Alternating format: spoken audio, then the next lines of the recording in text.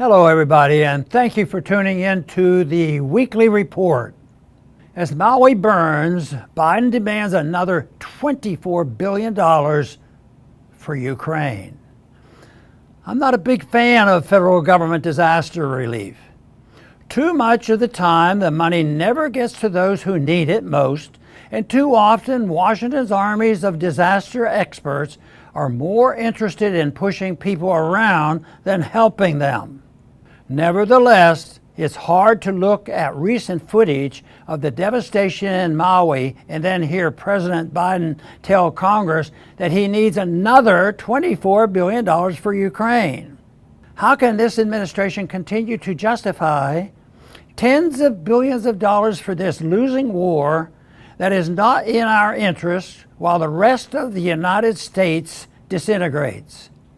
Biden's new $24 billion request comes on top of well over $120 billion spent to fight the U.S. proxy war on Russia in Ukraine.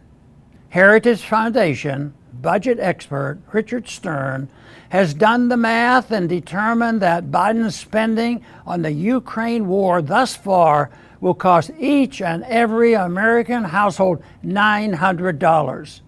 How many Americans would rather have those $900 back in their pocket rather than in the pockets of Lockheed Martin, Raytheon, and Ukraine's oligarchs?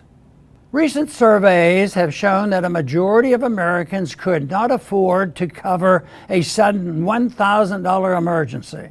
Will Americans connect the dots and realize that the reason they can't find that $1,000 for an emergency is because the neocons have already spent it in Ukraine? Ukraine has long been known as among the most corrupt countries on earth.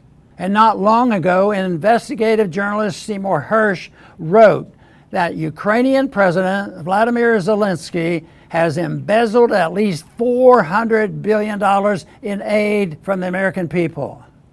Corruption scandals continue to break in Ukraine.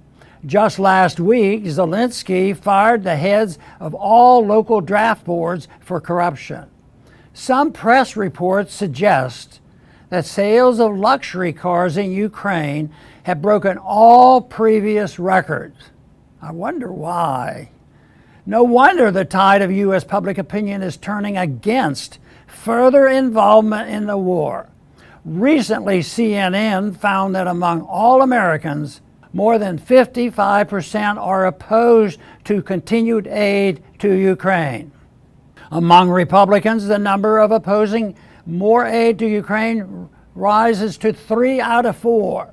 That is why we are finally starting to see more Republican members raising concerns. I'd like to think they have seen the light that an aggressive and interventionist foreign policy is not in America's interest, but most likely they are worried about losing elections.